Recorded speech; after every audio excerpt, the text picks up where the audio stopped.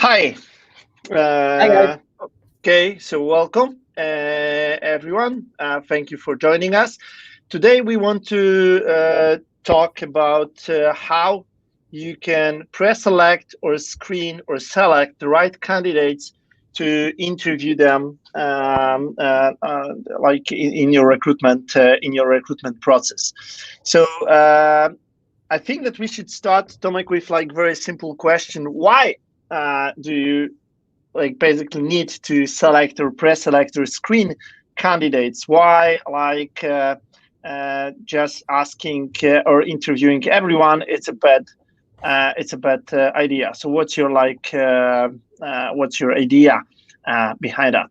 Well, I would go even further. I mean, starting with the definition. So what's the screening process and why would you need a screening process? Why wouldn't you ask every single candidate if someone applied to your job? Well, basically, some people do not understand your job advertisement. Some people believe that they are qualified even though they are clearly not. So you need to have some maybe semi-automatic, very short process to reject sometimes even majority of job applications which are simply not fit for the job. And the idea is that sometimes people are so not fit into a given position that it's not worth both your and their time to speak with them.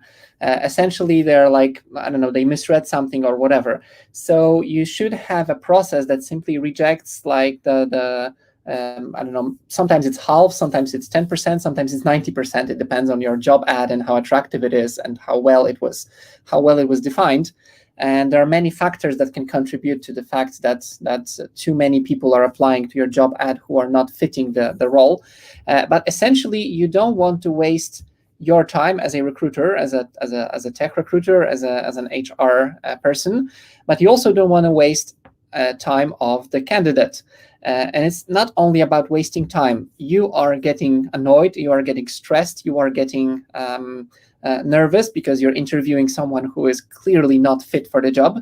And the same applies to a candidate. After just a few minutes, a candidate realizes that it's not the dream job, it's not the job that they are fit for. So they would love to finish the proper job interview that's scheduled for like an hour or two after just a few minutes, but you still need to stick to them. Actually, we had a talk about it like a week or two ago, what to do with candidates that are so poor that you would love to cut the interview process before it finishes. So that's one of the things that you would like to avoid. Just keep the candidates that are not fit for the job. And I don't say that they are poor, and I don't say that they are so bad. I'm just saying that they are probably not the best people for a given job position. So in this case, you would rather reject them in the first place using some process, and we're going to talk about the process, so that you're just avoiding yourself. You're avoiding being nervous and stressed, but you're also avoiding having your candidate being stressed, and the candidate is just very nervous and anxious because he or she feels that she doesn't belong here. Yeah. And it reminds me of a situation when I was working in an Allegro group, which was outstanding employer branding. So a lot of candidates were applying to us, and it was impossible to interview everyone, because basically even if we ignore all this thing about talking to not relevant candidates, if you have 200 candidates per week, you are even not able to fit them into their calendar. So that's the problem. So at Allegro Group, we tried to build different solutions to screen the candidates. We're trying to use some tools that were available in the market, just not mentioning any names, but they were verifying just academic knowledge, so it wasn't something that was relevant for us. So we decided that the best option to screen the candidates would be basically a short phone call. So during 10 minutes of the phone call, you can verify if it's a person that you want to spend the next 60 minutes talking with them, or maybe it's like this phone call was even too much for this candidate. And the problem is that it's not so easy to like assess knowledge that someone is collecting for the last, I don't know, 5 or 10 years during the 10 minutes of the call. That's why you need to handle the proper interview. But what I realized is that you can connect just rhetorical questions asked for the candidate with something that is called the Dunning-Krieger Effect or the imposter syndrome. And why? Yeah, so basically the Dunning-Krieger Effect tells you that if you are very skilled in some particular like area, you will underestimate your skill, and if you are unskilled, you will overestimate your skill. So if I will ask you, for example, now if it's hard to become, I don't know, a ski jumping trainer, you will say no. It's like pretty easy. You like just sit on a belt, and then you go down and you jump, and that's all. Basically, it's simple as that.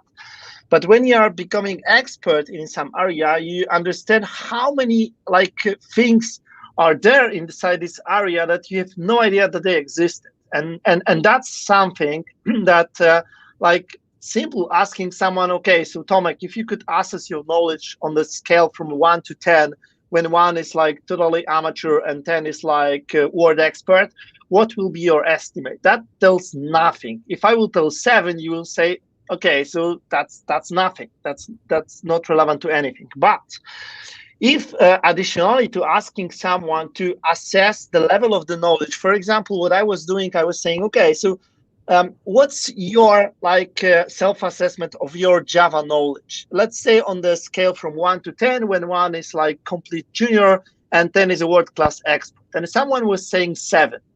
That was something that I was like writing down in the notebook, and then I was asking 5 or 10 technical questions, starting from pretty simple.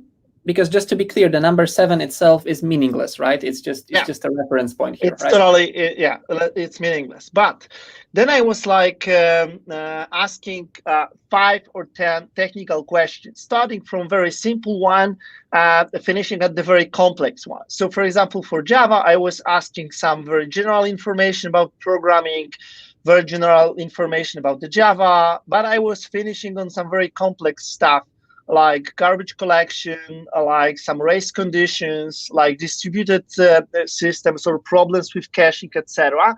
And of course, if I see that someone is not answering the simple question, is not answering medium questions, then it makes no sense to ask the hard questions.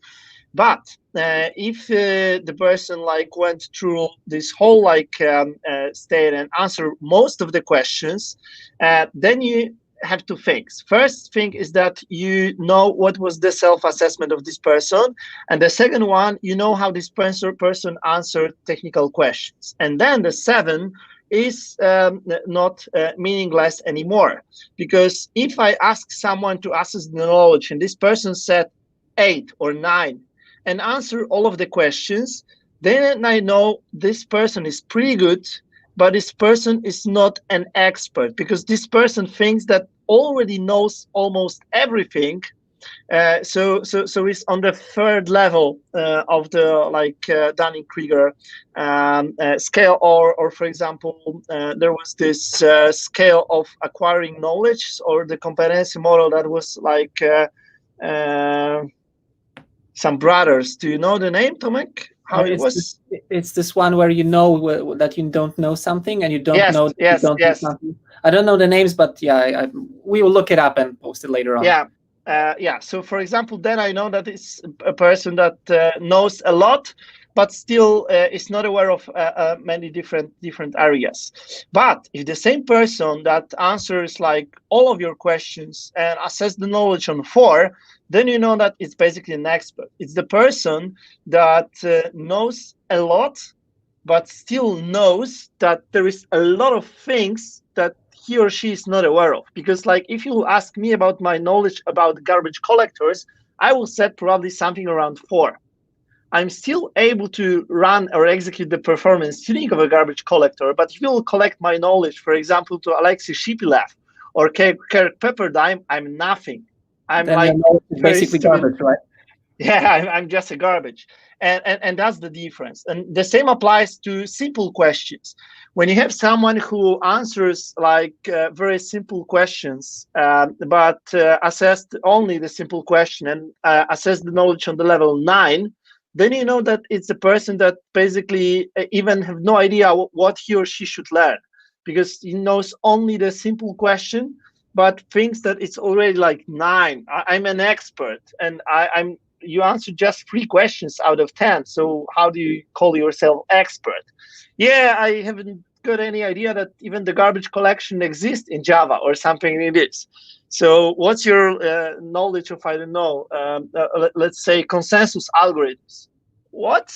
Like, okay, that's already the answer. So that's something that you can run. And from my perspective, like linking the imposter syndrome or Dunning-Krieger effect, you name it, with rhetorical questions, it's great way of sourcing or screening developers. And it was working perfect. The only problem was the scale. When we had really 200 candidates, the problem is that most of them wanted to be interviewed or called after working hours. So do not call me before 5 p.m. because saying I'm at work. Call me at 6 p.m.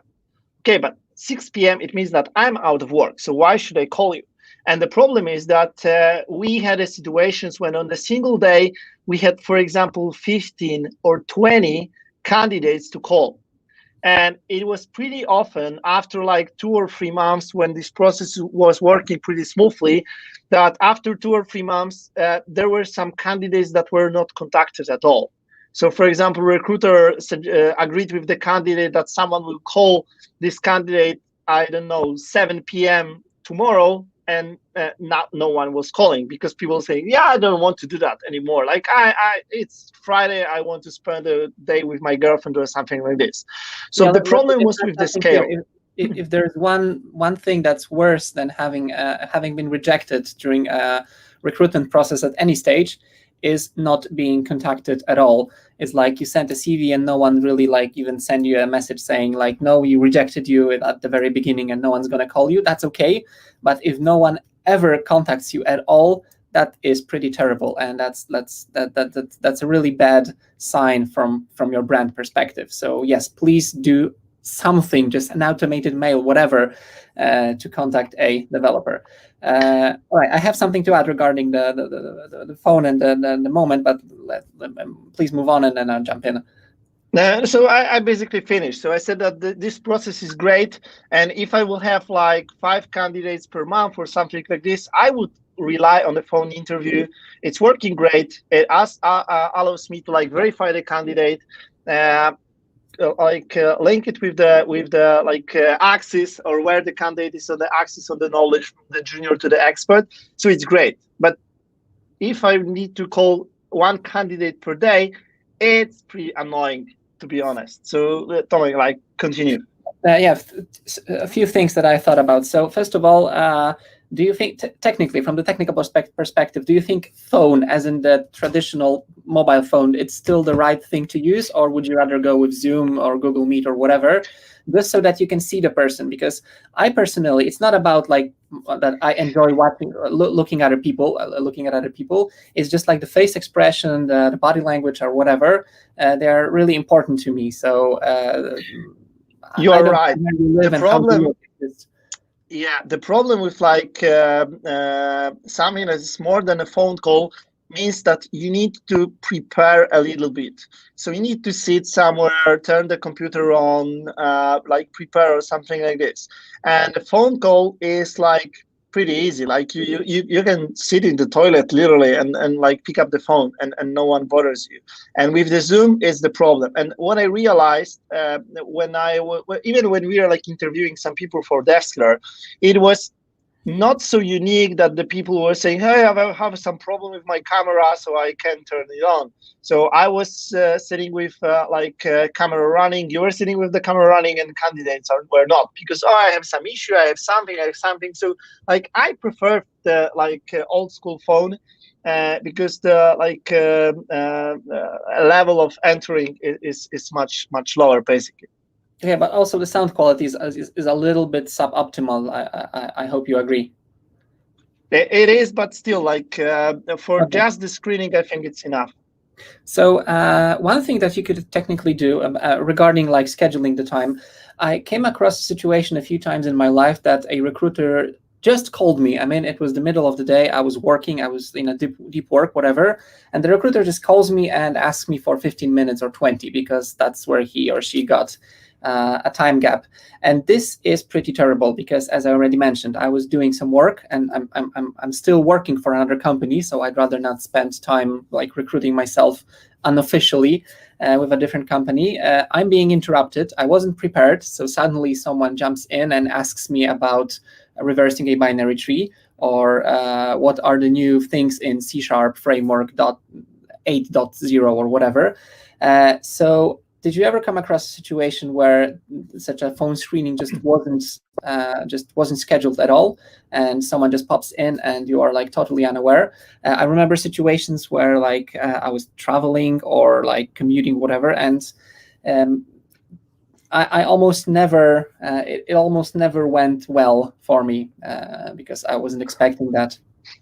Yeah. So what I was doing, I was calling the candidate during the day with a simple question. So, hi, I'm Jakub from Allegro, and I would like to talk with you for 10 minutes. And my question is if it's the right time, or should I call, or should we schedule this call? And unfortunately, 99% of the candidates were saying it's not the right time. So then I decided hey, I don't want to spend 1 hour calling the candidate just to schedule a call for another few hours. So we decided that the HR team and the recruiters will do that. They will contact the candidate, they will schedule a call, and they will put this scheduled call in a spreadsheet. And the problem is that they were putting the calls in the spreadsheet, but no one was doing the calls.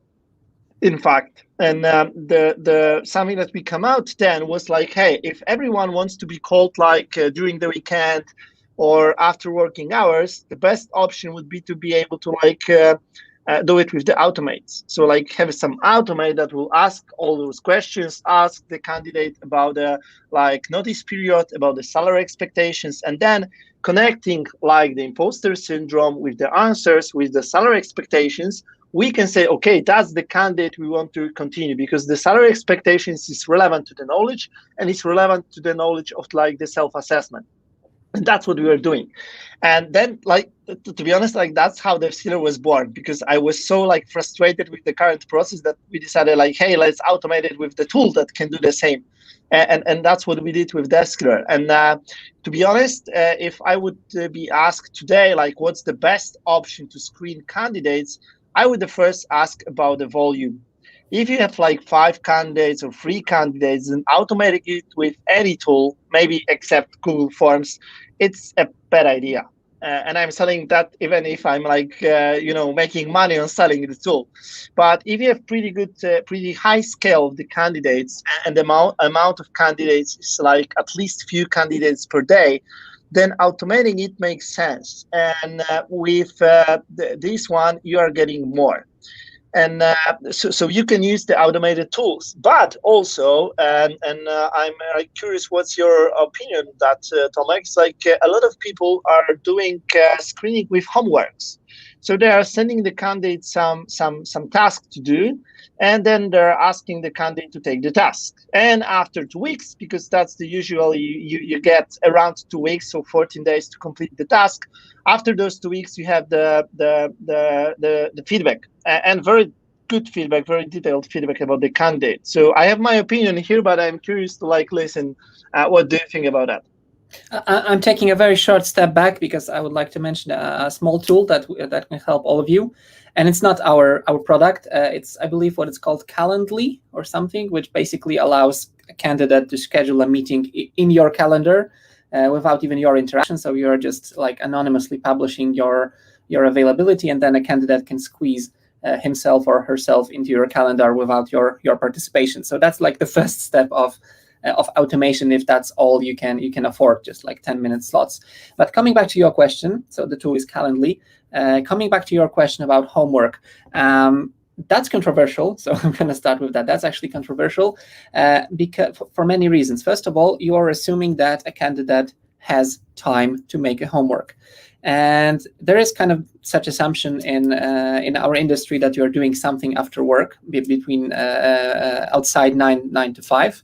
And that's okay. I recently got a baby girl, and I have a much less time these days. So I'm looking at it from a different perspective. But there's kind of an assumption that you still after 5 or before 9, you are doing some things on your own, like a pet project or reading or whatever. So there is kind of an assumption. Maybe it's unhealthy, but there is kind of an assumption in our industry that you do something outside your working hours. So you shouldn't be surprised to be asked to do something as well by the recruiter. And by the way, this is not only in IT. If you're recruiting for a marketing position or sales position or customer representative, whatever, most likely you will get a homework as well, which is going to be make a presentation or do a brief or whatever. So it's not something that's unique to programming or to IT in general. So that's one thing. So you shouldn't be upset that someone asks you to do extra stuff because of the recruitment process. And after all, if you are visiting a company or doing an interview online, whatever, you are also like spending your own time with the company. So it's not like someone pays you for that time, or actually it's very rare, but still. So that's one thing. So I wouldn't be upset for having a homework that's going to take me a few hours. I wouldn't give a homework that takes more than a few hours, let's say 2, 3 or whatever, because that's like, I believe that's too challenging. And if you're giving someone a homework that's that long, I think you're just verifying too much stuff. So that's one thing. Yeah, I will piggyback on that. Just let me piggyback on that, and with to fix. First is that I think it's a nice topic, and I just like posted it as a subject for the next live. So next week maybe let's talk about that. But the second thing is that I'm pretty sure that even if you will design the homework to take 1 hour or 2 hours, the candidate will spend it in like a few days. When I received a homework from some customer like recently who said that, okay, so we have a homework, it's not working correctly. We want to like use DevSkiller, but still we want to rely on the topics that are like covered with this homework. I was able to resolve this homework in 15 minutes. And they said that a lot of candidates are saying 14 days are not enough. I said, why? It was like so simple. It was like 15 minutes. And they said, yeah, because they are trying to build the perfect solution. And the question is, what are you verifying with the homework? If you are trying, if the candidate try to like implement domain-driven design tests, contracts tests to some simple API just to show or prove that he or she knows about that, or like it makes totally no sense for me. Like you should be able to verify if the candidate is able to resolve a problem or not, that the candidate is able to add 50 frameworks, 5 databases to some simple pet project just to prove that, yeah, I'm so strong developer. So just that. So let's talk in details about that next week. But if you have something like to close the discussion, then it's like about the homework, then like feel free. Yeah, so if you have a choice between having a phone call and having a homework or having like a whiteboard interview or whatever, then I'm pretty sure most of the developers would actually prefer a homework where they can just sit anytime and do whatever it takes to fulfill it, because it's always artificial. Like whiteboard interview is artificial and phone call is artificial, but doing the homework is at least sitting in front of an editor, compiling your code, and doing the actual project. So it's the least artificial way of recruiting. That's the first thing, and also the most enjoyable, I would say, because you are writing code, and that's what we are designed for. So I'm okay with homeworks, but with quite a few caveats that you have to pay attention to. Yeah, I think that if you're doing a homework, it needs to be very simple, and like I don't like so very like drafted, let's say, or undrafted homeworks, when you're saying, okay, so write a software, and you get nothing from us. You get one like line or one sentence of requirements, because then the candidate is thinking for 2 weeks, or what to build tool should I use? Should I use Maven or should I use Gradle? Should I use Java 11 or Java 15? Like that's not important at all. Like here you have some template project and then fill it. And I think like that filling the gaps or connecting the dots rather than like building the procedural yourself. Exactly. So for example, what I like in automated tools like DevSkiller is that there is a given time limit. You have a problem to solve and you have 40 minutes to do that. And like this time limit shows the candidate what you expect. You expect to solve the problem, to resolve a problem, and not to like build the perfect solution, because no one, okay, maybe few companies on the world expects a perfect solution from developers. Most of the companies are expecting something that is good enough. So it's good enough, it's tested, it's verified, it's scalable, it has no bugs, it's secure, but it's not perfect. Like trying to like build the perfect one, it's not the best. It's not the best idea. So if you are giving any homeworks, please write down what's the time limit for that, or use some tools that are basically doing this homeworks, but very like carefully designed and with proper time limit, which is like 40 minutes, maybe 1 hour, not 10 days, because I think that 10 days homework it's a mistake. Because it encourages people to do the homework for 10 days, right? One thing came into my mind just a second ago. It applies to economy. It's called the Law of Diminishing Results. Have you heard about it? Yeah. So the basic idea is that if you like add capacity, if you add performance, if you add features, whatever at early stage, it adds quite a lot to the overall value. And at some point, adding the same amount of work, features, performance, whatever, you get less and less in return. And this applies to economy in many ways. This applies to doing a homework, so or even doing a project at work, so that at some point you just have to stop polishing your project because it's good enough. And but basically we won't have a return of investment if you continue investing in the project. And you know what? I believe it also applies to recruiting. At some point, you just shouldn't invest more and more in recruiting a candidate in the sense that having like a 7-stage recruiting process because you want to be sure that you're picking exactly the candidate you want. At some point, you just have to say, okay, I'm done. This is my screening. This is my process. I automate. Yeah, it won't be perfect. You are still not able to make a perfect hiring process and be sure that this candidate is perfect. You still can realize that this person is, I don't know, an alcoholic, and you don't want to work with that person. Like it happens. Like the person is not showing up in the work.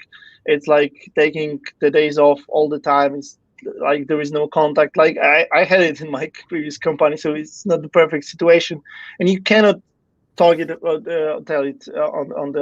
on this one. And so just to sum up, and then we'll have like short time for the Q&As.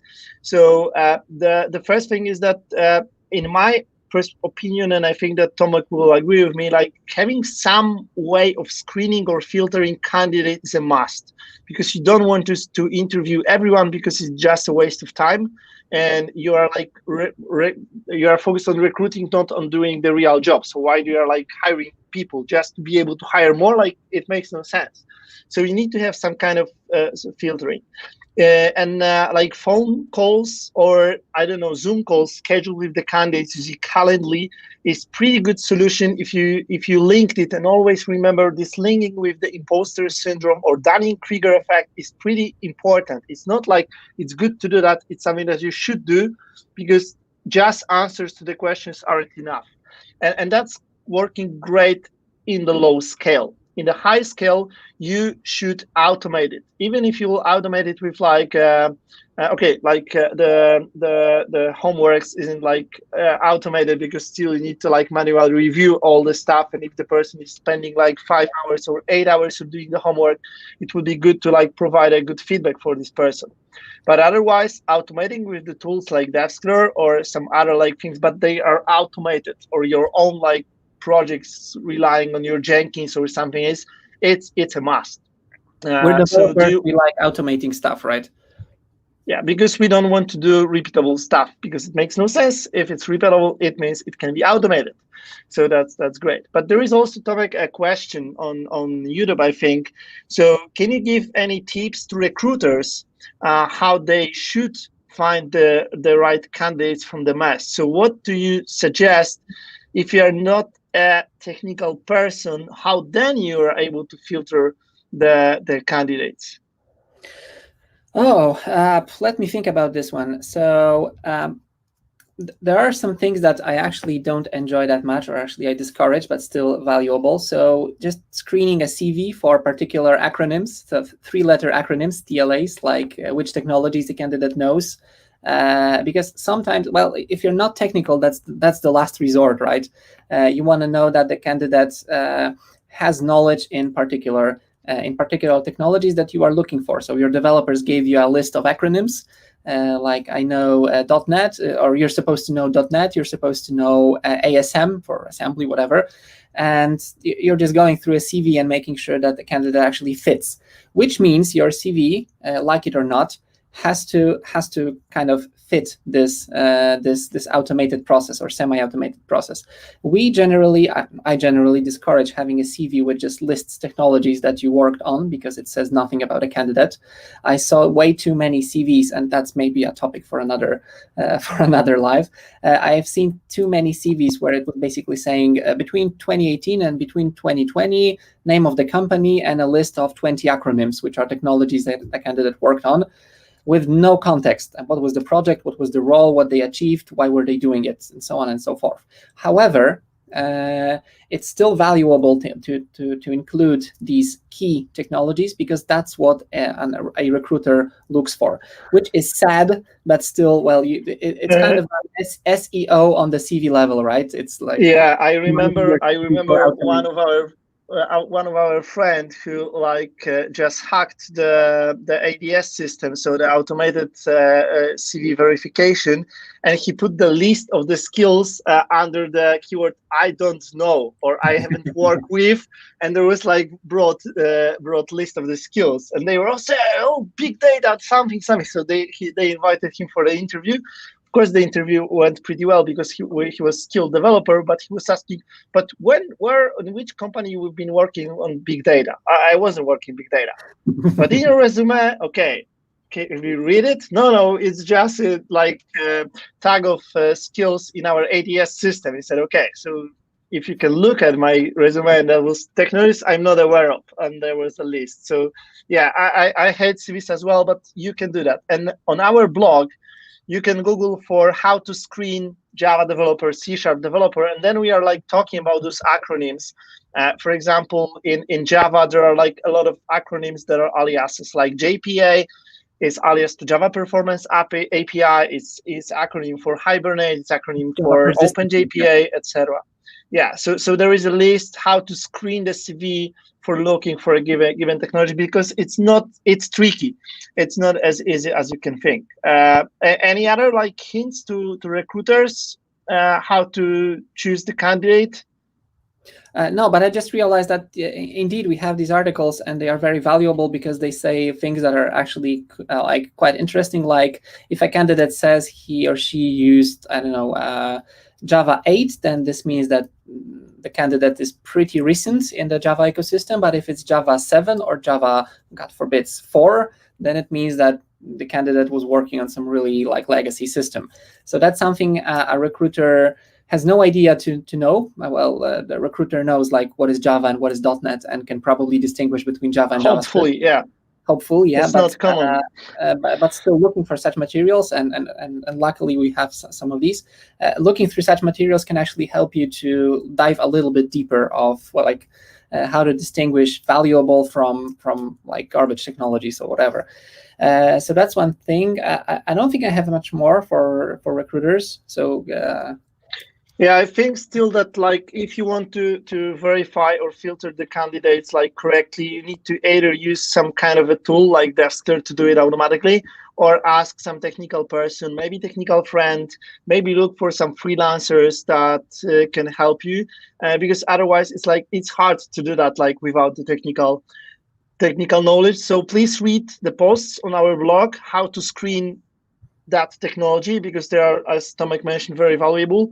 And and we are already over time. I do have one more thing, sorry. So maybe for another live. So one thing that you can, but this is also controversial, one thing that you could use when screening such a developer, and you are just just an HR recruiter and have no technical background, is to look for referrals. So essentially testimonials of other people who claim that this and this candidate is good or not. But this is controversial because you as a candidate, you first have to collect these referrals, and having them it's not that easy, especially when you're still working at a company. So you're not going to ask your boss for referrals if you never really said that you're looking for a new job. So that's one of the tools that you could use. However, I'm not sure whether you should use them at this stage, and I'm not even sure if this tool, referrals, is valuable, because most of the time this is just wishful thinking, or no one's going to be rude to you, so they're just going to write a perfect 10-star review for each and every candidate, even though if it's not true. But that's kind of a completely different topic, because we're already talking for too long. But let's keep it for later. Later. And Mohan just realized me that we are great marketing and sales people, because we didn't mention about the book that we offer, and it's a book about the technical recruitment. So if you will enter our site, I think under resources there is some kind of like a free. So it's not paid, it's free, the Tech Recruiter certificate, when you can learn all this information about the screening, etc. So please do that, because our marketing team will kill us. Thanks, Mohan. Thank you very much. You are great. Okay, so I think that's all. These lives are becoming pretty long. We need to it's totally raw. We are not preparing it. We are just discussing, and I think that's the value of it. Thank you very much. Thank you very much. And I'm pretty sure that the next Thursday, we'll talk about the homeworks, because I think that there is much more that we can tell about that that we told tomorrow. And so let's do that. Let's talk about homeworks next Thursday. So please remember to join us the same time, the same day, the same place. So Facebook, LinkedIn, or YouTube. Thank you very much. Have a nice day.